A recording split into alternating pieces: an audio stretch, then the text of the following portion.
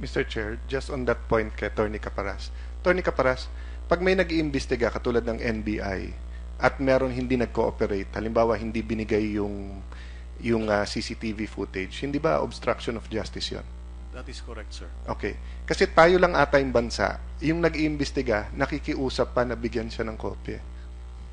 I'm not just talking about this investigation, sir, and to be fair sa NBI, and to be fair to Secretary Abaya, he said here, pupukpukin niya yung miyembro ng department to give it to you. Pero sa ibang bansa, pag sinabi, alimbawa, FBI, sinabi ng FBI, bigay mo yan at hindi mo binigay, may obstruction of justice kagad na kaso yan. Kaya, takot sila na pagdili-dali. Pero nakailang investigasyon na ako dito, kami ni Senator Gingon, magkasama pa kami sa House, si Senator Recto, kung sino yung nag-iimbestiga, nagsusumbong sa amin dito na yung isang ahensya, hindi binibigay yung kailangan nila. So sir, under naman kayo ng DOJ, maybe the DOJ can give some guidance, bigyan nyo ng 72 hours, bigay nyo sa amin yung video. Kung hindi, kaso na kaagad yun, obstruction, whether they're involved or not. Kasi nadidelay po yung investigasyon eh. And we saw this in many cases. Kung may duda po kayo, NBI, sir, sa nire-recycle ba yung bala, isupina nyo yung bala, tignan nyo kung talagang in-itemize nila, the good general will cooperate with you. Pero pag hindi nyo sinupina yan, hindi nyo kinuha yan, paano nyo i-obstruction of justice? Don't ask nicely. You're investigating, demand it from them, sir.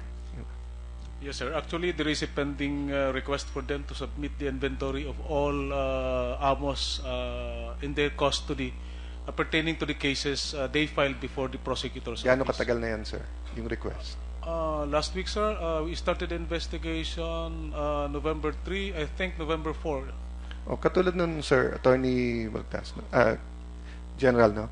How long would it take for, di ba, yung inventory naman, SOP yun eh. Meron na yun eh. So, 24, 48 hours. If November 4, November, ano ba ngayon? 11, 12, 8 days. So, I don't want to cast aspersions, pero a dirty mind will say, the longer it takes for you to give it, mag-iisip yung mga tao na baka naman, di ba, may nangyayari. Pero kung halimbawa, pag-request sa inyo, the next day, nasa kanila na, edi it's even evidence na napaka-organized nung inyong inventory and everything. I think you get the point, Mr. Chair, and I hope the committee can assist there. I'm not saying anything happened, General. I'm saying impressions, di ba? We will comply on that, Your Honor.